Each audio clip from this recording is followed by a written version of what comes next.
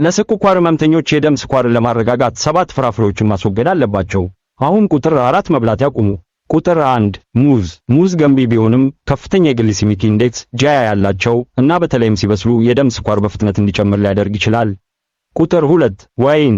ወይን በተለይም በብዛት ሲበሉ የደም ስኳር መጨመር ሊያስከትል ይችላል በከፍተኛ የስኳር ይዘትና ከፍተኛ የግሊሲሚክ ኢንዴክስ ምክንያት። ቁጥር 3 ማንጎ። ማንጎ ጣፋጭና በተፈጥሮ ስኳር የበለጸገ ሲሆን የደም ስኳር መጠንን በፍጥነት ከፍ ሊያደርግ ይችላል። እንዲሁም ከፍተኛ ግሊሲሚክ መጠን አላቸው። ቁጥር 4 ዘቢብ። የደረቁ ፍራፍሬዎች እንደ ዘቢብ የተከማቹ የስኳር ምንጮች ናቸው። የማድረቅ ሂደቱ ውሃ ያስወግዳልና ስኳሮችን ያተኩራል። ይህም ከትኩስ አቻዎቻቸው ጋር ሲነጻጸር ከፍተኛ የግሊሲሚክ ኢንዴክሶችን ያስከትላል። ቁጥር 5 ሐብሐብ። ከፍተኛ የውሃ ይዘት ቢኖረውም ሐብሐብ ከፍተኛ የግሊሲሚክ ኢንዴክስ አለው እና የደም ስኳር መጠን በፍጥነት እንዲጨምር ሊያደርግ ይችላል።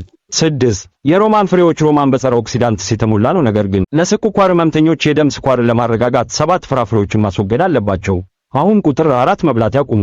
ቁጥር 1 ሙዝ። ሙዝ ገንቢ ቢሆንም ከፍተኛ የግሊሲሚክ ኢንዴክስ ጂአይ ያላቸው እና በተለይም ሲበስሉ የደም ስኳር በፍጥነት እንዲጨምር ሊያደርግ ይችላል። ቁጥር 2 ወይን። ወይን በተለይም በብዛት ሲበሉ የደም ስኳር መጨመር ሊያስከትል ይችላል በከፍተኛ የስኳር ይዘትና ከፍተኛ የግሊሲሚክ ኢንዴክስ ምክንያት። ቁጥር 3 ማንጎ። ማንጎ ጣፋጭና በተፈጥሮ ስኳር የበለጸገ ሲሆን የደም ስኳር መጠንን በፍጥነት ከፍ ሊያደርግ ይችላል። እንዲሁም ከፍተኛ ግሊሲሚክ መጠን አላቸው። ቁጥር 4 ዘቢብ። የደረቁ ፍራፍሬዎች እንደ ዘቢብ የተከማቹ የስኳር ምንጮች ናቸው። የማድረቅ ሂደቱ ውሃ ያስወግዳልና ስኳሮችን ያተኩራል። ይህም ከትኩስ አቻዎቻቸው ጋር ሲነጻጸር ከፍተኛ የግሊሲሚክ ኢንዴክሶችን ያስከትላል።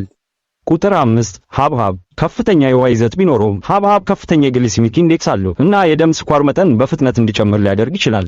6 የሮማን ፍሬዎች። ሮማን በጸረ ኦክሲዳንትስ የተሞላ ነው፣ ነገር ግን